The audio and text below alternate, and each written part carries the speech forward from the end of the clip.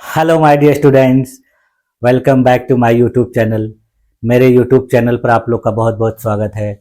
Dear student, आज की class में हम लोग बीए फोर्थ सेमेस्टर के शिक्षा शास्त्र विषय का अध्ययन करेंगे और आज की क्लास में मैं आप लोगों को डिफरेंस के नाम से है यानी व्यक्तिगत विभिन्नता के बारे में हमको इस यूनिट में अध्ययन करना है।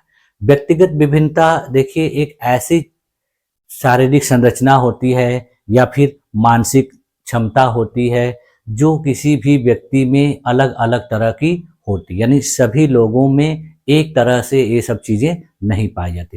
कोई व्यक्ति पतला होता है तो कोई मोटा होता है, कोई लंबा होता है, कोई छोटा होता है, कोई गोरा होता है, कोई काला होता है, कोई बहुत ज्यादा बुद्धिमान होता है, कोई कम बुद्धिमान होता है। तो ये सारी जो विभिन्नताएं होती हैं, इन्हीं विभिन्नताओं को कहा जाता है व्यक्तिगत विभिन्नता। तो आइए चलिए देखा जाए कि ये व्यक्तिगत विभिन्नताएं किस प्रकार से शिक्षा के क्षेत्र में उपयोगी हैं या इनको दूर करने के लिए क्या क्या उपाय करना चाहिए या इनको ध्यान में रख के किस प्रकार से शिक्षा प्रदान करनी चाहिए। ये सारी चीज़ों को हम लोग आज की क्लास में देखेंगे। तो चलिए देखा जाए। चलिए देखिए, आज हमको पढ़ना है हम लोगों को यूनिट 5। यूनिट 5 देखिए आपका व्यक्तिगत अंतर यानी व्यक्तिगत विभिन्नता और शिक्षा से रिलेटेड है, यानी इंडिविजुअल डिफरेंस एंड एजुकेशन इस यूनिट का नाम है।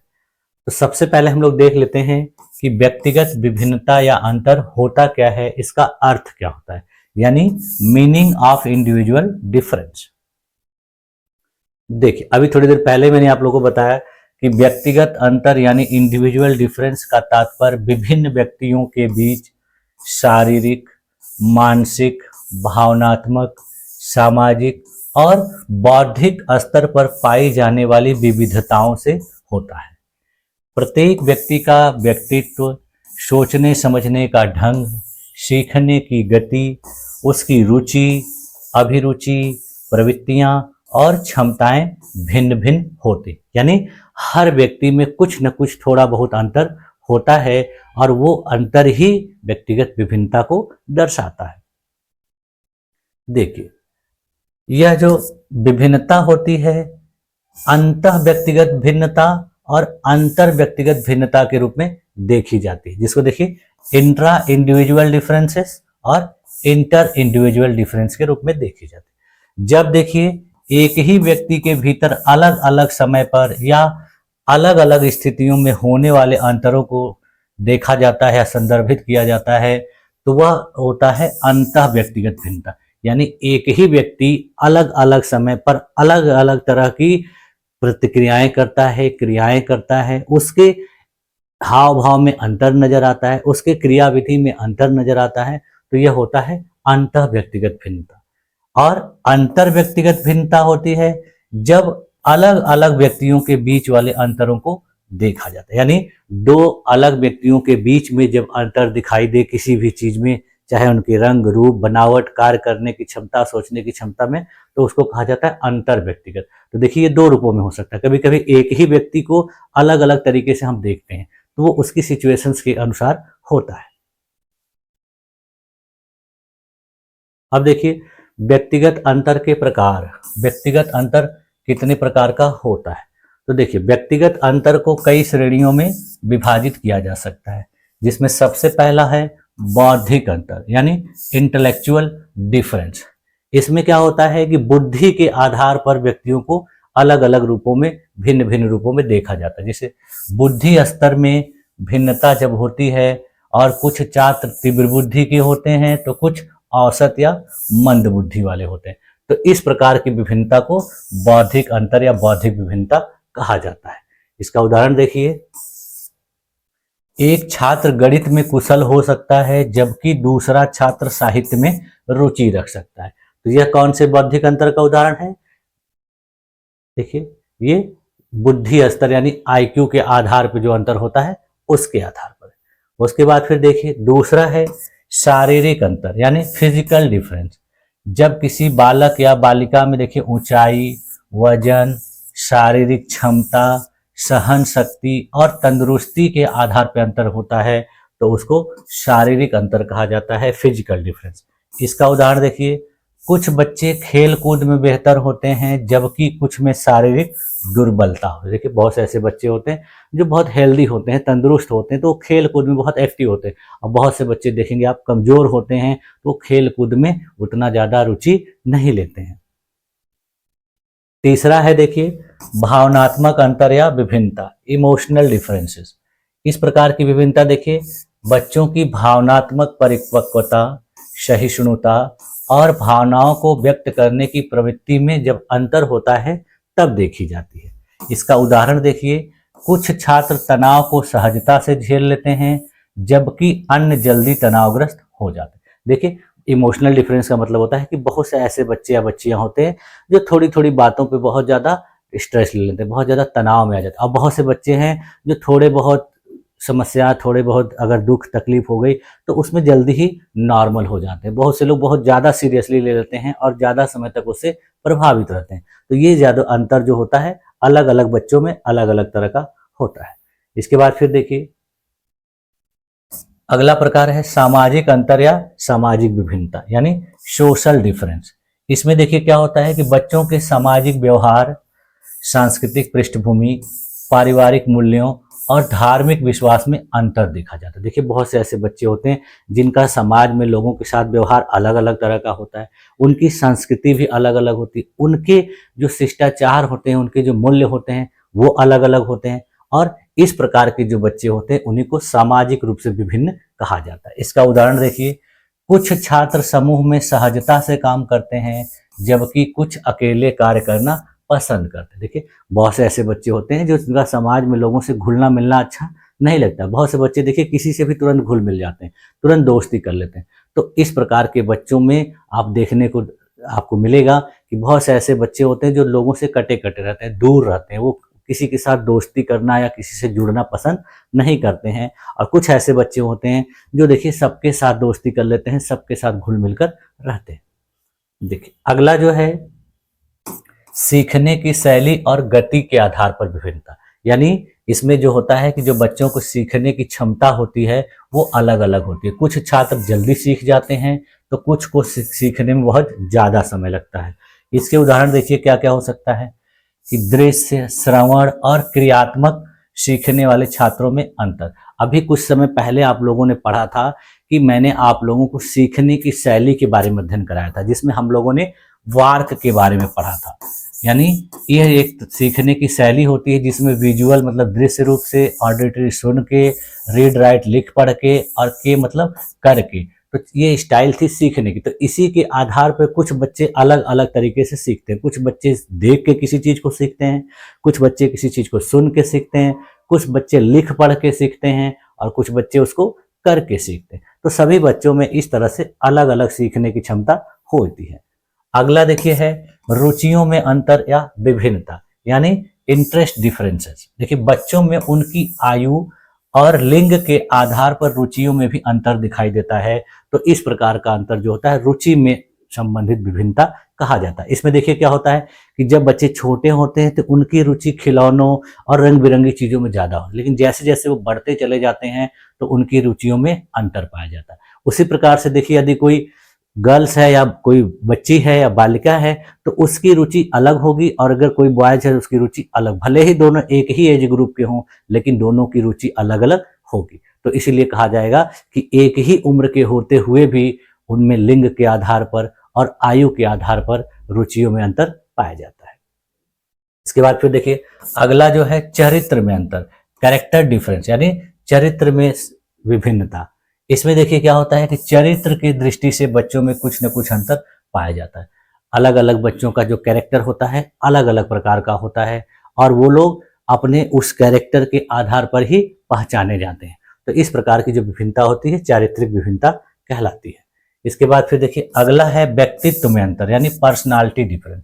इस प्रकार की विभिन्नता में जो बच्चों का व्यक्तित्व होता है वो अलग अलग होता है। कुछ बच्चे अंतर्मुखी होते हैं, कुछ व्यक्ति बहिर्मुखी होते हैं। यानी बहिर्मुखी का मतलब होता है कुछ बच्चे जो है बाहर से ही उनकी पर्सनालिटी देखने में लगती है कि ये बच्चा बहुत अच्छा है, बहुत बुद्धिमान है, और कुछ बच्चे देखने में सही नहीं लगते हैं, यानी वो अंदर से बहुत टैलेंटेड होते हैं। यानी उनका रंग रूप उतना अच्छा तो नहीं होता लेकिन उनकी क्वालिटी बहुत ज्यादा होती है।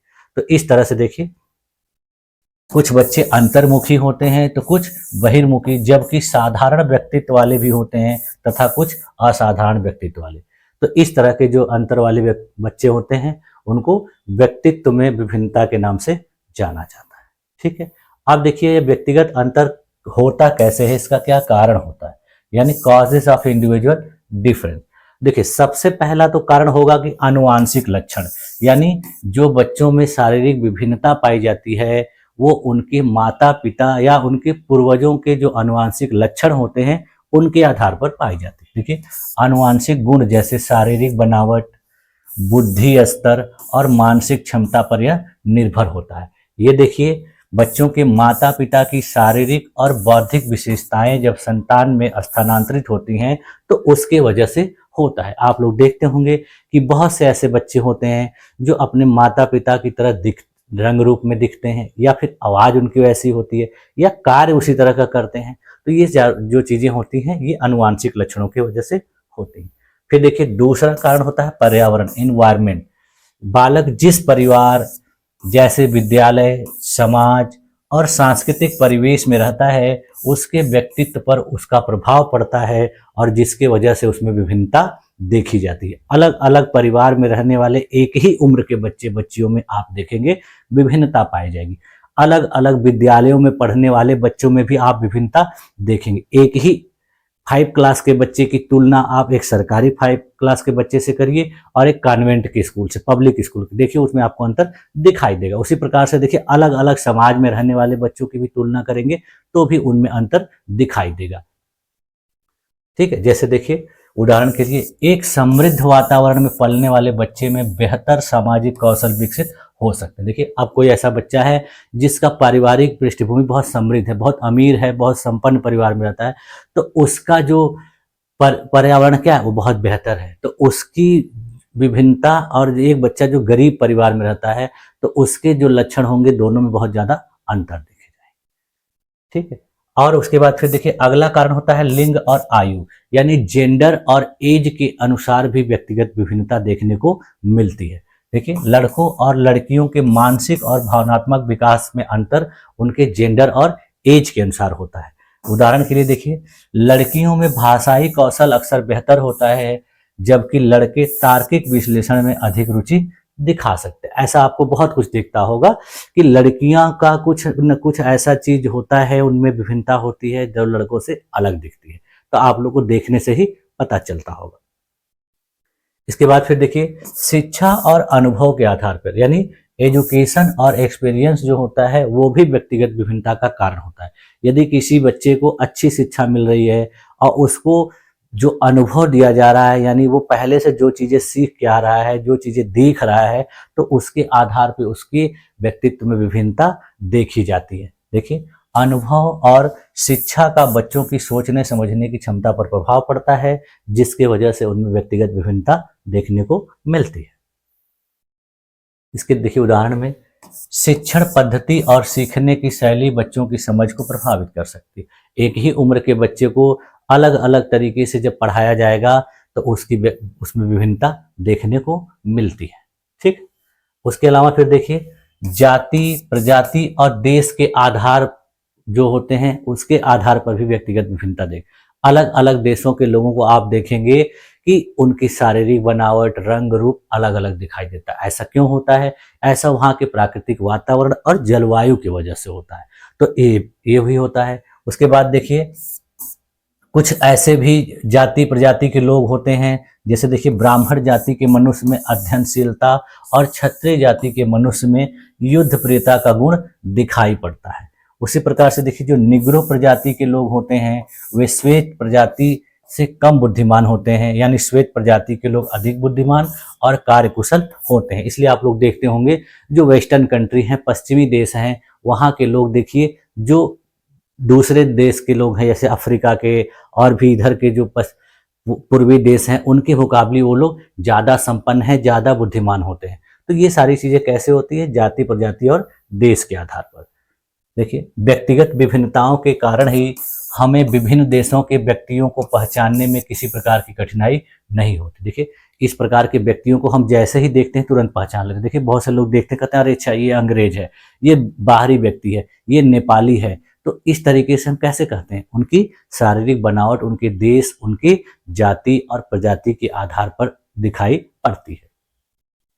उसके बाद फिर देखिए बुद्धि भी, यानी बुद्धि जन्मजात गुण होने के कारण किसी को प्रतिभाशाली और किसी को मूढ़ बनाकर अंतर की स्पष्ट रेखा खींच देती है। यानी बुद्धि के आधार पर भी व्यक्तिगत विभिन्नता देखने को मिलती है। कोई कोई बचपन से ही कम बुद्धि होता है, किसी किसी का बचपन से ही बहुत तीक्ष्ण बुद्धि होती है, तो उसमें अंतर हो जाता है। उसके बाद फिर देखिए आर्थिक दशा यानी इकोनॉमिक स्टेटस जो होती है वो भी व्यक्तिगत विभिन्नता का बहुत बड़ा कारण होती है। जो बच्चे गरीब होते हैं, देखिए गरीबी के कारण चोरी, डाका और हत्या जैसे जघन्य कार्यों को पाप नहीं समझते हैं। क्यों? क्योंकि उनको गरीबी को दूर करने का दूसरा कोई उपाय नहीं दिखता है, जिसकी वजह से ये सारी चीजें वो कम उम्र में ही करने लगते हैं। तो यह भी एक बहुत बड़ा कारण होता है जो बच्चों में इसके वजह से दिखाई देता है। ये लोग देखिए उन व्यक्तियों से पूर्णतया भिन्न होते हैं जो उत्तम आर्थिक दशा के कारण प्रत्येक कुकर्म को अक्षम्य अपराध समझते हैं। देखिए जो आर्थिक रूप से संपन्न बच्चे होते हैं उनको ये सारी चीजें कुकर्म लगेंगी, गलत काम लगेगा। लेकिन जो बच्चे गरीब हैं उनको उनकी आजीविका इसी के द्वारा चलती है, तो उनके लिए लगता है कि नहीं मुझे ये नहीं करूंगा तो मैं भूखे रहूंगा। ठीक है, तो उसी प्रकार से आप लोग देखते होंगे बहुत से ऐसे लोग हैं जो जीव जंतुओं को काटते हैं और उनको बेच के उनके परिवार की आजीविका चलती है। लेकिन बाकी लोग देखते हैं, उनको क्या लगता है कि ये व्यक्ति तो रोज हत्या करता है, जीव जंतुओं को मारता है, काटता है और दूसरे लोगों को बेचता है। तो ये ऐसा इसीलिए होता है कि उनकी आर्थिक स्थिति ऐसी नहीं होती है कि वो संपन्न परिवार के लोगों की तरह रह सके, एकदम अच्छी चीज़ों को करें, अच्छी चीज़ों को खरीदें। तो ये सब चीज़ें वो करने के लिए ही ये सब करते हैं। ठीक, इसके बाद फिर देखिए स्वास्थ्य के आधार पर भी व्यक्तिगत विभिन्नता देखने को मिलती है। जब किसी व्यक्ति का स्वास्थ्य खराब होता है, किसी बीमारी की वजह से वो अस्वस्थ होता है, तो भी उसमें व्यक्तिगत विभिन्नता देखने को मिलती है। एक स्वस्थ बच्चे के चेहरे में और एक अस्वस्थ बच्चे के चेहरे में आपको स्पष्ट भिन्नता दिखाई पड़ती है। उसके बाद फिर देखिए आवश्यकताओं के कारण भी बच्चों के अंदर व्यक्तिगत विभिन्नता देखने को मिलती है। अलग अलग बच्चों की अलग अलग आवश्यकता होती है, जिसकी वजह से उनके व्यवहार में अंतर देखा जाता है। ठीक है, उसके बाद फिर देखिए संस्कृति के कारण भी जो है व्यक्तिगत विभिन्नता देखने को मिलती है। विभिन्न प्रकार के सांस्कृतिक भिन्नता के कारण व्यक्तिगत शील गुणों यानी पर्सनालिटी ट्रेट में भिन्नता उत्पन्न होती है। देखिए अलग अलग संस्कृति, जैसे देखिए दक्षिण भारत की जो संस्कृति है, अपने उत्तर भारत की संस्कृति, उसी प्रकार पश्चिमोत्तर की संस्कृति, तो इन संस्कृतियों के कारण भी आपको व्यक्तिगत विभिन्नता देखने को मिलती है। उनके रहन सहन, खान पान, बोल चाल, इन सब में अंतर दिखाई स्पष्ट रूप से पड़ता है। देखिए इसी तरह सांस्कृतिक विभिन्नता के कारण समान आयु के होने पर भिन्न भिन्न संस्कृतियों के बच्चों के व्यवहार प्रतिरोधों गुणात्मक तथा मात्रात्मक भिन्नता पाई जाती है। अब देखिए व्यक्तिगत विभिन्नता को कैसे हम लोग अध्ययन करेंगे, कैसे पहचानेंगे, कैसे इसको जानेंगे कि इस बालक के अंदर या इस बालिका के अंदर भिन्नता है। तो उसके लिए देखिए कुछ टेस्ट होते हैं, कुछ परीक्षण होते हैं, जिसको करने के बाद हम पता लगा सकते हैं कि 2 बच्चों के या 10 बच्चों में किस प्रकार का अंतर है। तो इसके लिए देखिए सबसे पहला जो उपाय है उपलब्धि परीक्षण यानी अचीवमेंट टेस्ट करा दिया जाएगा। उनके बीच में कोई प्रतियोगिता करा दी जाएगी और उनमें उसकी उपलब्धि को मापा जाएगा कि कौन सबसे अच्छा परफॉर्मेंस करता है। उसके बाद फिर देखिए उनकी बुद्धि परीक्षण इंटेलिजेंस टेस्ट यानी आईक्यू टेस्ट कराया जाएगा। इसके आधार पर पहचाना जा सकता है। फिर उनका देखिए एप्टीट्यूड परीक्षा यानी किस बालक का किस क्षेत्र में एप्टीट्यूड अच्छा है, अभिक्षमता अच्छी है, उसके आधार पर परीक्षण कराया जा सकता है। फिर उसके बाद देखिए उनकी अभिरुचि परीक्षण यानी इंटरेस्ट टेस्ट करा दिया जाएगा, यानी किस बच्चे की रुचि किस क्षेत्र में ज़्यादा है, तो उसके आधार पर उनकी व्यक्तिगत विभिन्नता को पहचाना जा सकता है। और उसके अलावा व्यक्तित्व परीक्षण यानी पर्सनालिटी टेस्ट के आधार पर भी व्यक्तिगत विभिन्नता को पहचाना जा सकता है। तो देखिए मेनली 5 तरह टेस्ट के आधार पर किसी की व्यक्तिगत विभिन्नता को हम पहचान सकते हैं। अब देखिए शिक्षा में व्यक्तिगत विभिन्नता या अंतर का क्या महत्व है, यानी importance of individual difference in education. तो देखिए शिक्षा में व्यक्तिगत विभिन्नता या अंतर का ध्यान रखना बहुत ही अनिवार्य है, क्योंकि हर छात्र की सीखने की क्षमता, रुचि और व्यवहार अलग अलग होते हैं। देखिए शिक्षा के क्षेत्र में आपको ये क्यों पढ़ाया जा रहा है, क्योंकि इसको पढ़ाना बहुत जरूरी है। हर स्टूडेंट की अपनी सीखने समझने की क्षमता अलग अलग होती है, तो एक शिक्षक को ये सब चीज़ें पता होनी चाहिए और उसको उसी के अनुसार शिक्षण करना चाहिए, जिससे सभी बच्चों को सामान्य रूप से उसके द्वारा पढ़ाई गई बातें समझ में आ जाए। देखिए शिक्षक को इन विविधताओं को पहचान कर शिक्षण पद्धति में बदलाव करना चाहिए, ताकि सभी छात्रों को समान रूप से अवसर मिल सके। देखिए इसकी क्या क्या क्या विशेषता है, क्या महत्व है। इसके आधार पर देखिए बाल केंद्रित शिक्षा प्रदान की जा सकती है, यानी जो शिक्षण प्रक्रिया है उसमें बच्चों को केंद्र मानकर टीचर जो कुछ भी पढ़ाना रहेगा, जो कुछ भी सिखाना रहेगा वो सिखाएगा। शिक्षक केंद्रित नहीं होगा, यानी शिक्षक अपने अनुसार सब कुछ नहीं करेगा, बल्कि बच्चों की आवश्यकता और जरूरतों के अनुसार उनको चीजें सिखाएगा और बताएगा। देखिए शिक्षण प्रक्रिया को बच्चों की आवश्यकताओं, रुचियों और क्षमताओं के अनुसार बनाना। उदाहरण के लिए देखिए धीमे सीखने वाले बच्चों को अधिक समय देना और तेज सीखने वाले को अतिरिक्त चुनौतीपूर्ण कार्य देना। देखिए अगर किसी क्लास में जो बच्चे हैं धीमे सीखने वाले हैं, जो कमजोर है, तो उस क्लास में बच्चों को टीचर को ज्यादा समय देना पड़ेगा। कुछ ऐसी क्लासेस होती हैं जिसमें बच्चे जल्दी सीख जाते हैं, तो उस क्लास के बच्चों को पढ़ाने में कम समय लगता है, और उस क्लास के बच्चों को जब कोई चुनौतीपूर्ण कार्य दिया जाता है, कोई क्वेश्चन दिया जाता है, तो उसका जवाब भी बहुत अच्छे तरीके से देते हैं। उसके बाद फिर देखिए इसके आधार पर विभेदीकृत शिक्षण कराया जाता है, यानी प्रत्येक छात्र की जरूरत के अनुसार शिक्षण की विविध रणनीतियां अपनाई जाती हैं। जब छात्रों की जैसी जैसी जरूरत होती है, जो जिस चीज को जैसे सीखता है, उसको उसी प्रकार की रणनीति के द्वारा, स्ट्रेटेजी के द्वारा सिखाया जाता है। जैसे देखिए कुछ बच्चों के लिए दृश्य सामग्रियां और अन्य के लिए ऑडियो वीडियो शिक्षण का उपयोग किया जाता है। देखिए जब किसी विद्यालय में संसाधन मौजूद होते हैं, टीचिंग लर्निंग मटेरियल पर्याप्त मात्रा में होते हैं, तो वहाँ क्या होता है कि कुछ बच्चों को चीज़ों को दिखा के, दृश्य रूप में, चित्र रूप में दिखा कर समझाया जाता है, और कुछ बच्चों को जो है वीडियो के फॉर्मेट में, ऑडियो के फॉर्मेट में उनको सुना के चीज़ों को सिखाया जाता है। तो इस तरीके से वहाँ विभेदीकृत शिक्षण किया जाता है। इसके बाद फिर देखिए समावेशी शिक्षा, इंक्लूसिव एजुकेशन में भी विशेष आवश्यकता वाले बच्चों के लिए इस तरह से पहचान कर फिर उनको मुख्य धारा में शामिल करने के लिए नए नए उपकरणों का उपयोग करके, विशेष शिक्षण सहायक सामग्री का उपयोग करके शिक्षा प्रदान की जाती है। जैसे देखिए जो दिव्यांग बच्चे होते हैं उनके लिए देखिए सहायक उपकरण और विशेष शिक्षण सामग्री का उपयोग करके उनको अच्छी प्रकार से शिक्षा दी जाती है। उसके बाद फिर देखिए मल्टी ग्रेड शिक्षण प्रदान करने में भी व्यक्तिगत विभिन्नता का बहुत ज्यादा महत्व होता है।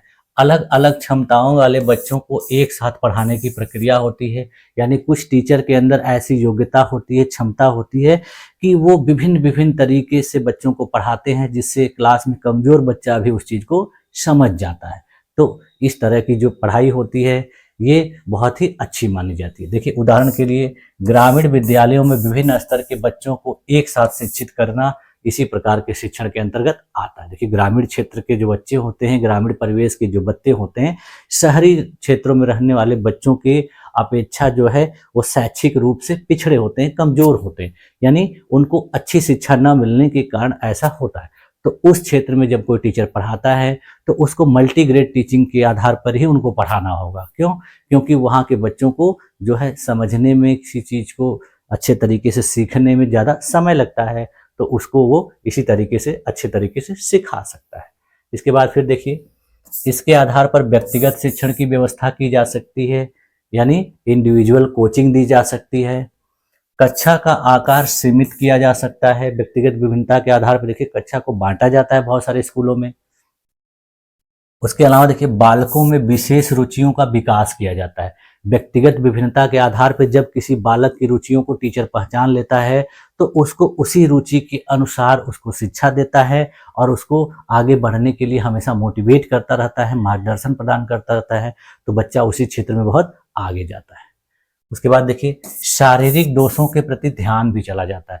व्यक्तिगत विभिन्नता के आधार पर देखिए किसी बच्चे में यदि किसी प्रकार का शारीरिक दोष पाया जा रहा है तो टीचर उस चीज का ध्यान रखता है और उस पर बिना मतलब का कमेंट किसी स्टूडेंट को करने के लिए नहीं कहता है, और खुद भी उस तरह से कभी उसको नहीं कहता है। तो उस चीज का ध्यान रखते हुए उसको क्लास में पढ़ाता है। उसके बाद फिर देखिए लिंग भेद के अनुसार भी शिक्षा। यानी क्लास में यदि बच्चे बच्चियां दोनों हैं तो टीचर कोई भी ऐसी बात नहीं बोलते हैं जो लैंगिक पक्षपात को बढ़ावा दे। तो उसमें क्या होता है कि व्यक्तिगत विभिन्नता बहुत फायदेमंद होती है। उसके बाद फिर देखिए, आर्थिक और सामाजिक दशाओं के अनुसार शिक्षा। जब एक ही क्लास में विभिन्न प्रकार के बच्चे होते हैं तो उनको उनकी आर्थिक दशाओं के अनुसार शिक्षा प्रदान की जाने के लिए व्यक्तिगत विभिन्नता को पहचानना बहुत जरूरी होता है। ठीक है, तो इस प्रकार से देखिए ये व्यक्तिगत विभिन्नता शिक्षा के क्षेत्र में बहुत महत्वपूर्ण होती है। अब देखिए, शिक्षा में जो यह व्यक्तिगत विभिन्नता या अंतर पाया जाता है, इसका समाधान कैसे किया जाए, यानी ways to address individual difference in education. तो देखिए, शिक्षा में व्यक्तिगत विभिन्नता या अंतर को ध्यान रखते हुए निम्नलिखित रणनीतियां अपनाई जा सकती है। इसके लिए देखिए, सबसे पहले क्या करना होगा कि वहां पर लचीला पाठ्यक्रम अपनाना होगा, यानी फ्लेक्सिबल क्यूरिकुलम। ऐसा पाठ्यक्रम बनाना होगा शिक्षा में कि सभी छात्रों को उनकी जरूरत के अनुसार बेहतर तरीके से शिक्षा मिल जाए। देखिए, छात्रों की जरूरत के अनुसार पाठ्यक्रम में लचीलापन, यानी छात्रों को वैकल्पिक विषय चुनने की स्वतंत्रता देना। ऐसा नहीं हो कि सभी स्टूडेंट को एक ही चीज जबरदस्ती पढ़ाया जाए, उनके पास विषयों की विविधता होनी चाहिए। देखिए, आप लोगों में भी बहुत सारे सब्जेक्ट होते हैं ग्रेजुएशन में। देखिए, जिस छात्र की जिस विषय में रुचि होती है, वो जिस विषय में अपने आप को कैपेबल समझता है, देखिए वही विषय लेके पढ़ता है, उसके साथ जबरदस्ती नहीं की जाती। तो ये सारी चीजें व्यक्तिगत विभिन्नता की वजह से ही बनाई गई। किसी स्टूडेंट को गणित पढ़ना अच्छा लगता है तो गणित पढ़ता है, किसी को अंग्रेजी पढ़ना लगता है तो अंग्रेजी पढ़ता है, किसी को हिंदी तो किसी को शिक्षा शास्त्र, किसी को गृह विज्ञान। जैसी उनकी जरूरत उसी प्रकार से उनको करिकुलम प्रदान किया जाता है।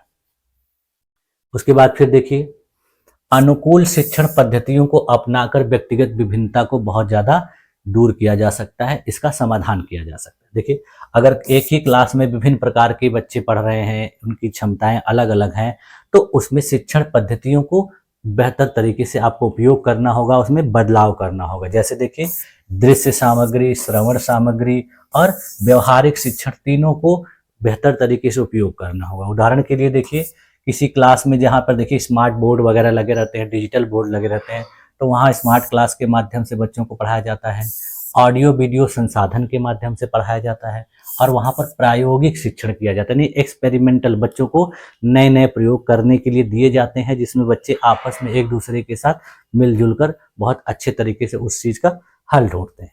इसके बाद फिर देखिए, बच्चों का निरंतर मूल्यांकन किया जाता है, यानी कंटिन्यूअस इवेल्युएशन किया जाता है।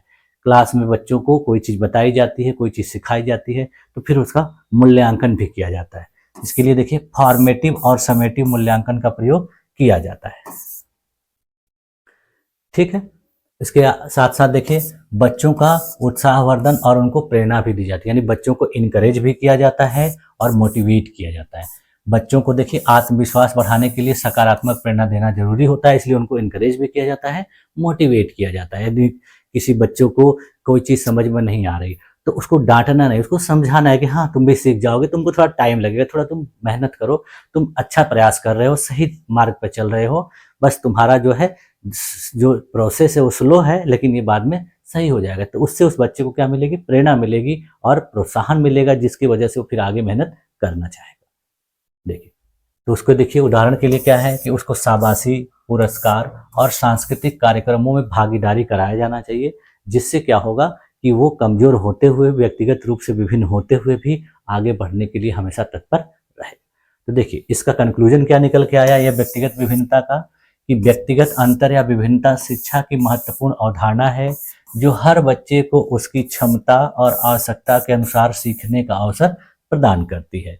शिक्षकों का दायित्व है कि वे छात्रों की विविधताओं को पहचान कर शिक्षण पद्धति को इस प्रकार अनुकूलित करें कि सभी छात्र अपनी पूरी क्षमता का विकास कर सकें। इसके लिए लचीली पाठचर्या, विविध शिक्षण पद्धतियां और निरंतर मूल्यांकन का सहारा लिया जाना चाहिए।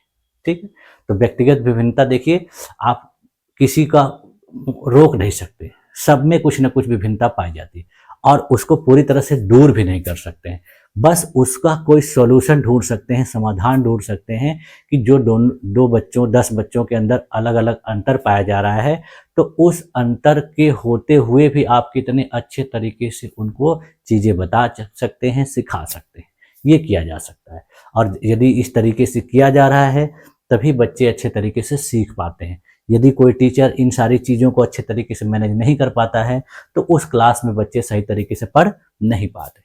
ठीक है, तो देखिए आज की क्लास में इस प्रकार हम लोगों ने व्यक्तिगत विभिन्नता के बारे में देखिए विस्तार पूर्वक अध्ययन किया। ये सारी चीज़ें आप लोगों ने एक बार क्लास में कॉलेज में पढ़ लिया है, तो ये आप लोगों का रिवीजन हो जा रहा है और इसके बाद आप लोग जो एग्जाम में क्वेश्चन आएगा उसको लिखने में बहुत आसानी होगी, जिससे आपको कोई कठिनाई नहीं आएगी।